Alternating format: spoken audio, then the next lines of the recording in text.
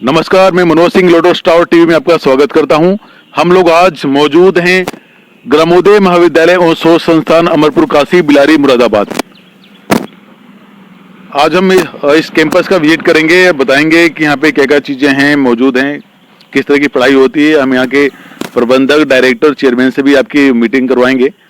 तो एक नज़र पहले कैंपस के ऊपर डाल लेते हैं, आइए। बहुत ही सुंदर कैंपस है। यहाँ पे अशोका के पेड़ लगे हुए हैं।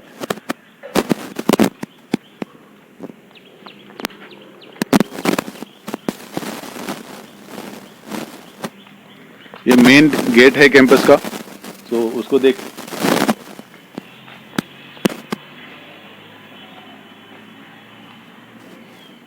उधर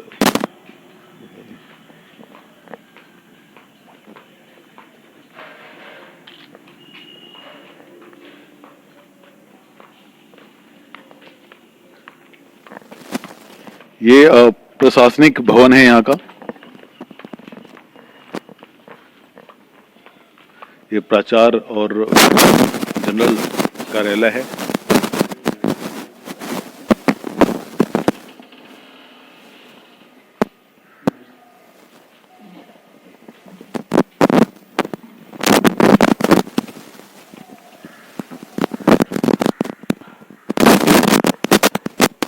अभी छुट्टी होने की वजह से संडे और होली की यहाँ पे स्टूडेंट नहीं है, लेकिन हम ये कैंपस देख सकते हैं, घूम सकते हैं। बहुत ही सुंदर बनाया है और बहुत ही काफी पुराना है ये कॉलेज।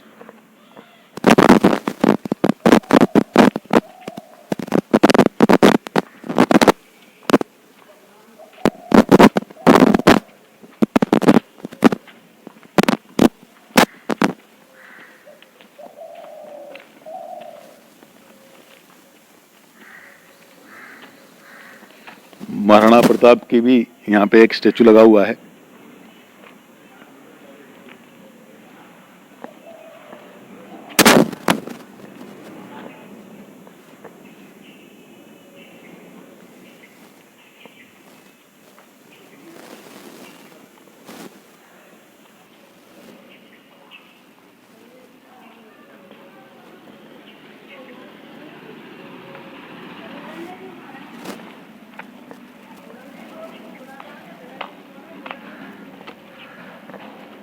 इस कॉलेज में मैंने एक बात देखी है कि मेरे ख्याल से हर 15, 20, 25 फीट के दूरी पे यहाँ पे पानी की व्यवस्था की गई है, हर थोड़ी थोड़ी दूर पे, क्योंकि जो बच्चे यहाँ पे पढ़ें उनको, जो लोग यहाँ पे काम करते हैं उनको पानी की सुविधा हर जगह पे आरओ लगा हुआ है।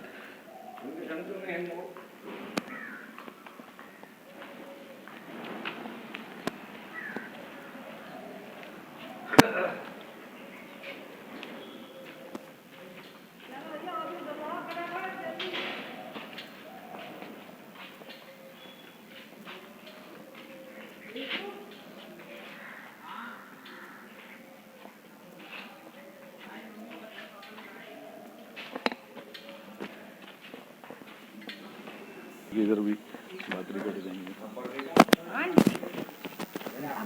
आप बैठ जाइए।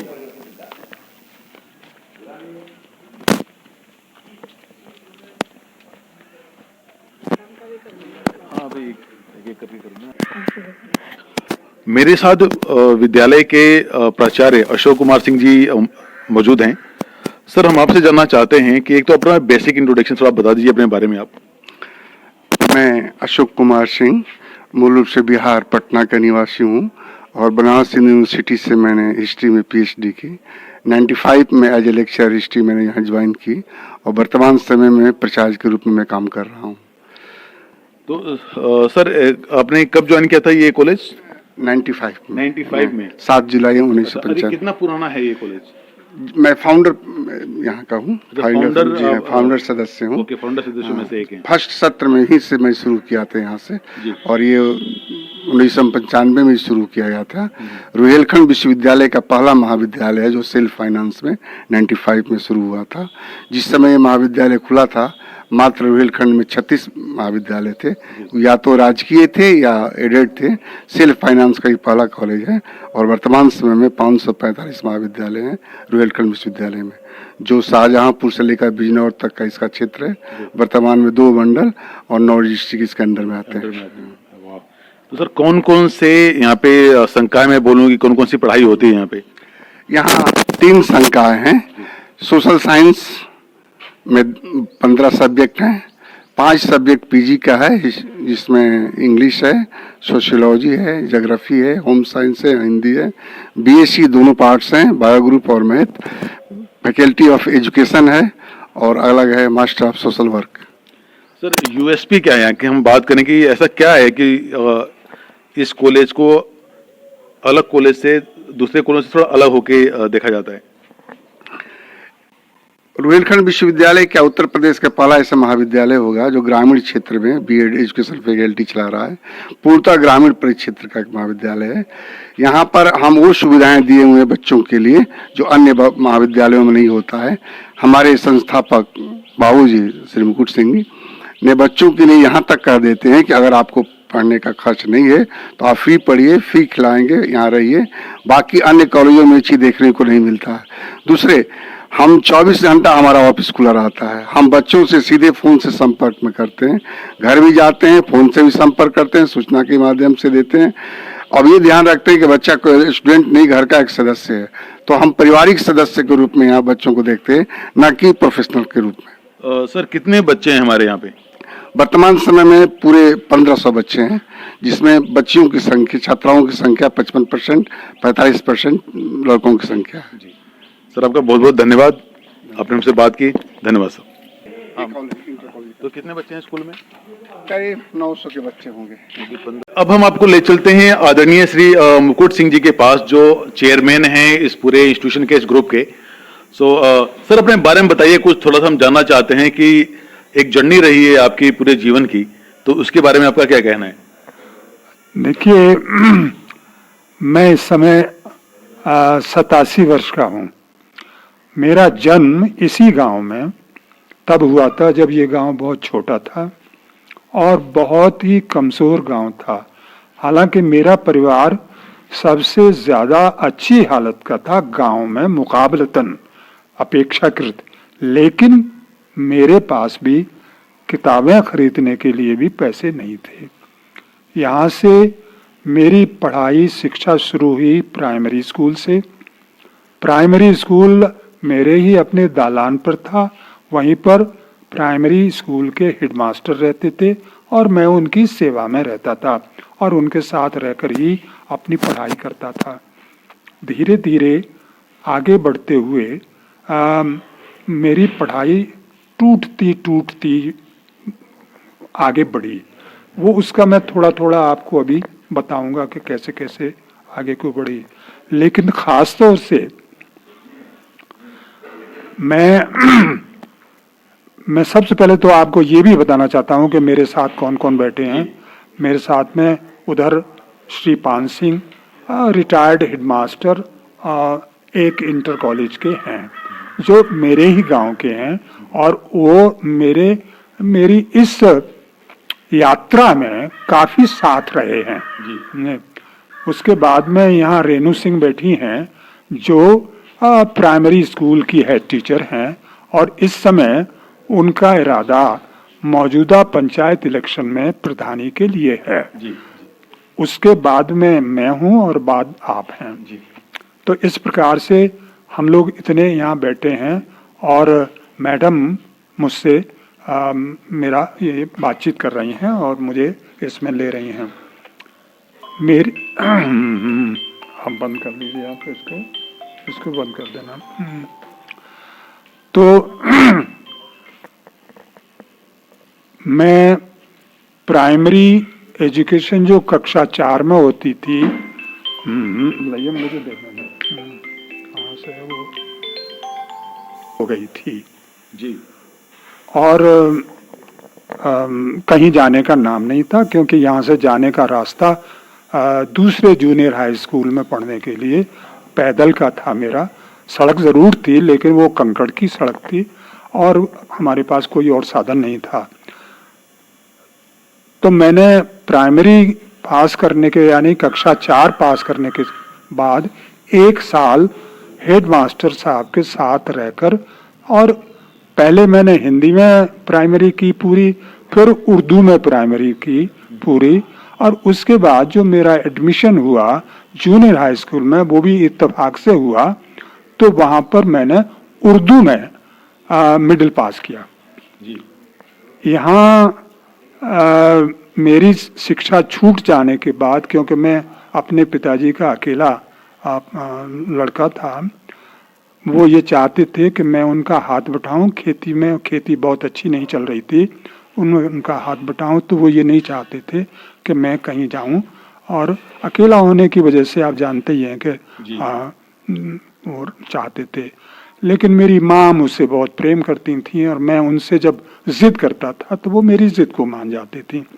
साथ ही उसी वक्त एक श्री प्रीतम सिंह ट्यूबवेल ऑपरेटर मेरठ से आए, जो कि हमारे घर में रहे, और उन्होंने मेरे पिताजी को समझा बुझा के तैयार कर लिया, और अगले साल मुझे एडमिशन के लिए वो खुद लेकर मुझे गए, और मैंने जूनियर हाई स्कूल सरकारी था बिलारी में, उसमें मेरा एडमिशन कराया, और वहाँ मैं पढ़ने जाने लगा पैदल।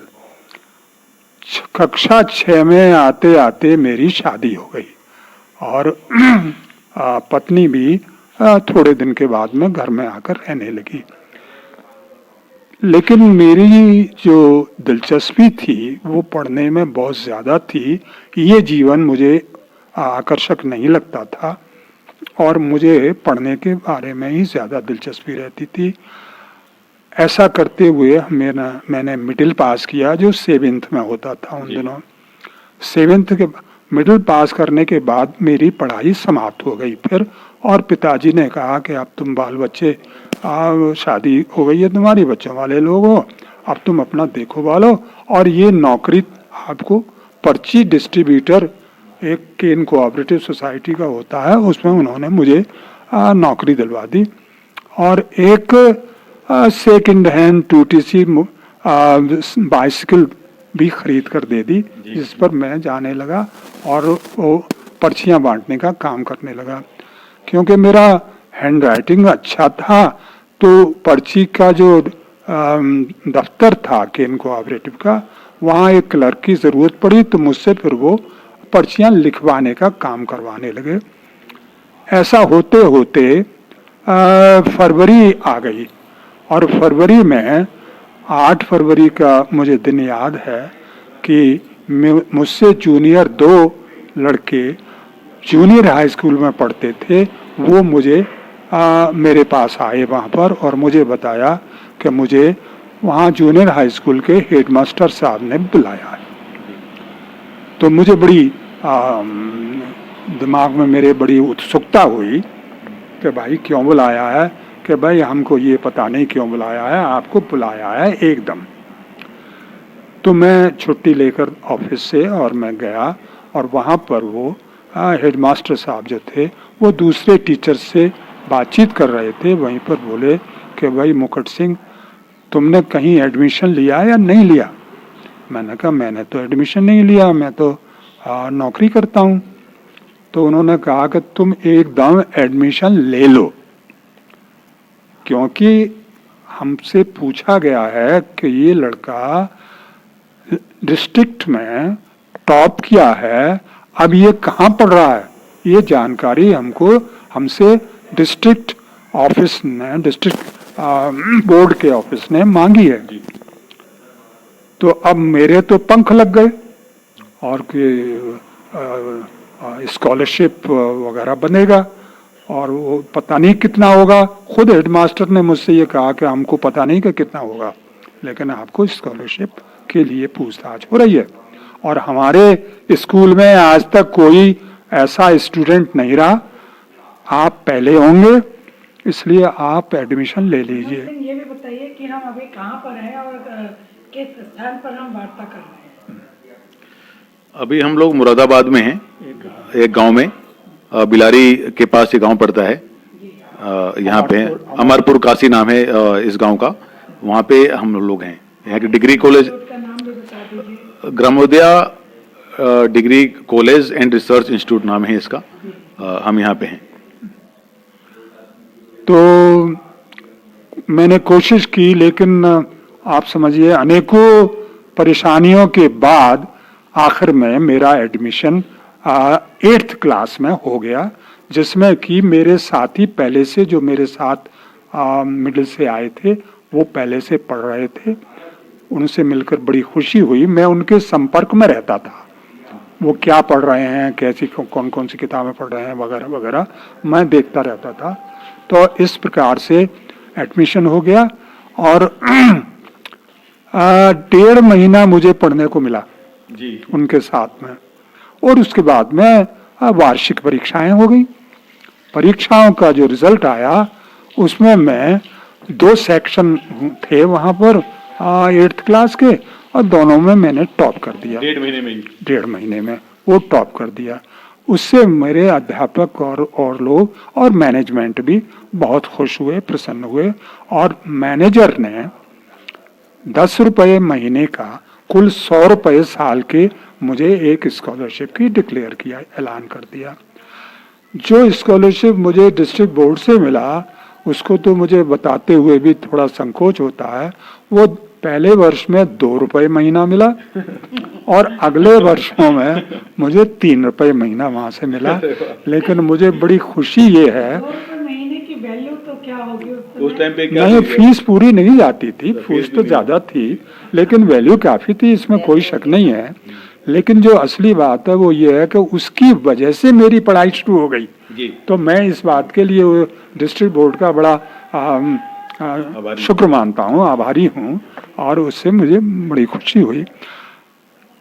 तब इस पढ़ाई में मैं हाई स्कूल में पहुंच गया, लेकिन तब तक मेरे 2 बच्चे भी हो चुके थे, मतलब मेरे परिवार में 10th होते होते। और वो जीवन चल रहा था, घर पे आना जाना, वहीं से पढ़ाई होती थी। रात को जो मैं पढ़ता था वो इतना के तेल ऐसा था, वो चाहता था मैं ऐसा चाहता हूँ, मैं ये चाहता हूँ, मेरी लड़की को ये चाहता हूँ, और उस पर इतना दबाव डालता था। मुझे देर तो लगी उसमें, लेकिन वो लड़की आज अलीगढ़ यूनिवर्सिटी से MA करके और B.Ed करके और बहुत अच्छी नौकरी कर रही है। और वो लड़की उस वक्त ऐसी थी कि अपने आप को सोच ही नहीं सकती थी। उसके जो वालिद हैं या उसके जो पिता हैं वही तय करते थे हर बात को। बहरहाल कहने का मेरा मतलब ये है कि जो पहला बैच था वो बहुत ही अच्छा निकला। मैं उनके संपर्क में हूँ सब लोगों के, और वो जहाँ जहाँ भी हैं उनका बड़ी जिम्मेदारी की जगह पर हैं। उनको उनके जो बॉस हैं वो उनसे बहुत खुश हैं, और वो ऐसा काम कर रहे हैं कि वो अपने घर, अपने परिवार, सबकी जिम्मेदारी पूरी कर रहे हैं और उसको कर रहे हैं।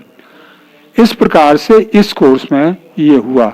लेकिन इस कोर्स की ये रेजिडेंशियल होना, आवासीय होना बहुत जरूरी था। धीरे धीरे जो सरकारी तरह से एक तरह का चक्कर चल रहा था कि सरकारी नौकरी चाहते हैं लोग, तो सरकार के लिए मान्यता प्राप्त उसको नहीं हुई। एफिलिएशन, कोर्स को उसको एफिलिएशन नहीं मिली। एफिलिएशन थी यूनिवर्सिटी से, लेकिन सरकार अपनी नौकरियों में उसका नाम नहीं दिया उसने। उसके लिए जो मुझे प्रयत्न करना पड़ता, पता नहीं कैसे करता, लेकिन नहीं हुआ। और बाद में ये हुआ कि MSW के बराबर सिद्ध हुआ वो।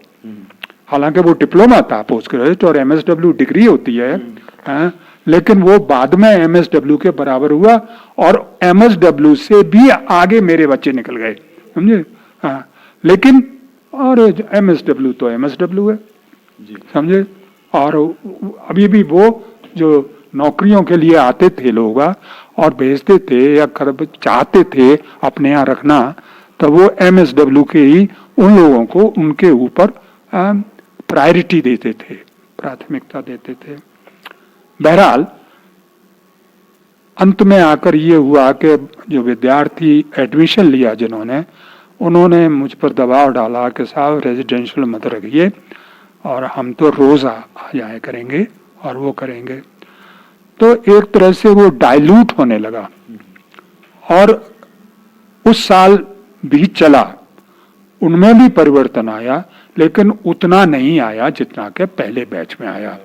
उसके बाद तीसरा और हुआ, साहब हम नौकरी कर रहे हैं, हम साहब वो भी करेंगे, ये भी कर लेंगे, ऐसे विद्यार्थी आने शुरू हो गए। और वो फिर अंत में बात मैंने कहा कि भाई ऐसे मैं नहीं करूँगा, ये नहीं है। तो आपने फाइनली उसको भी उसको स्टॉप कर दिया है, उस प्रोग्राम को? तो वो प्रोग्राम आज भी एफिलिएटेड है, चल रहा है, और विद्यार्थी जहाँ तहाँ मुझे दिखाई देते हैं, लेकिन विद्यार्थियों में जो ढंग पैदा हुआ है डिग्री के विद्यार्थियों में, बीए पास विद्यार्थियों में, वो तब से भी और खराब हो गया है। सर, इस कोर्स की फीस कितनी रखी थी? क्योंकि रेजिडेंशियल था, तो उसमें एक्सपेंसेस की हम बात करें तो वो ज़्यादा ही रहा होगा। तो जो फीस यूनिवर्सिटी ने तय की थी वो 10,000। सर, हम आपका बहुत बहुत धन्यवाद देना चाहते हैं कि आपने हमें अपना टाइम दिया और एक बेसिक जो आपकी जर्नी थी उसके बारे में बताया आपने, और जो एक कोर्स आपने स्टार्ट किया था, उसको जो विजन आपके दिमाग में था जो लेके आपने स्टार्ट किया था, उसको हमने देखा कि किस तरह से एक वो ऊपर गया, फिर थोड़ा नीचे आया है, और उसको भी आगे किस तरह से उसको ले जाना चाहते हैं आप? अब क्योंकि मेरी आयु 87 वर्ष की हो गई है, उतनी एनर्जी तो मेरे पास नहीं है कि मैं इस कोर्स को चला सकूं स्वयं, लेकिन मैं ट्रेनर्स पैदा कर सकता हूं, उनको ट्रेनिंग दे सकता हूं जो कि इस कोर्स को चलाएं, और उससे वो कोर्स आगे को चल सकता है, बहुत अच्छी तरह से चलेगा। लेकिन आज की जो परिस्थितियां हैं उनमें इस कोर्स की बहुत जरूरत है, और ये कोर्स का क्योंकि मैंने तजुर्बा किया है, रिजल्ट मिले हैं, इसलिए इस कोर्स से बहुत उम्मीदें हैं। इसलिए मैं समझता हूं कि इस कोर्स को करना और इसके लिए ट्रेनर अगर हम तैयार कर सकते हैं और वो फिर कोर्स चलावें तो ये बहुत अच्छी बात होगी। बहुत सर, हम आपका बहुत धन्यवाद देते हैं कि आपने हमें टाइम दिया। नमस्कार। नमस्कार, बहुत बहुत। तो लोटस टावर टीवी की तरफ से मैं मनोज सिंह आप सभी का धन्यवाद करता हूं। आपने हमें देखा, सुना और इस कॉन्सेप्ट को एक समझने की कोशिश की। धन्यवाद। सर, हम आपका बहुत बहुत धन्यवाद देना चाहते हैं कि आपने हमें अपना टाइम दिया और एक बेसिक जो आपकी जर्नी थी उसके बारे में बताया आपने, और जो एक कोर्स आपने स्टार्ट किया था, उसको जो विजन आपके दिमाग में था जो लेके आपने स्टार्ट किया था, उसको हमने देखा कि किस तरह से एक वो ऊपर गया, फिर थोड़ा नीचे आया है, और उसको भी आगे किस तरह से उसको ले जाना चाहते हैं आप? अब क्योंकि मेरी आयु 87 वर्ष की हो गई है, उतनी एनर्जी तो मेरे पास नहीं है कि मैं इस कोर्स को चला सकूं स्वयं, लेकिन मैं ट्रेनर्स पैदा कर सकता हूं, उनको ट्रेनिंग दे सकता हूं जो कि इस कोर्स को चलाएं, और उससे वो कोर्स आगे को चल सकता है, बहुत अच्छी तरह से चलेगा। लेकिन आज की जो परिस्थितियां हैं उनमें इस कोर्स की बहुत जरूरत है, और ये कोर्स का क्योंकि मैंने तजुर्बा किया है, रिजल्ट मिले हैं, इसलिए इस कोर्स से बहुत उम्मीदें हैं। इसलिए मैं समझता हूं कि इस कोर्स को करना और इसके लिए ट्रेनर अगर हम तैयार कर सकते हैं और वो फिर कोर्स चलावें तो ये बहुत अच्छी बात होगी। बहुत सर, हम आपका बहुत धन्यवाद देते हैं कि आपने हमें टाइम दिया। नमस्कार। नमस्कार, बहुत बहुत। तो लोटस टावर टीवी की तरफ से मैं मनोज सिंह आप सभी का धन्यवाद करता हूं। आपने हमें देखा, सुना और इस कॉन्सेप्ट को एक समझने की कोशिश की। धन्यवाद।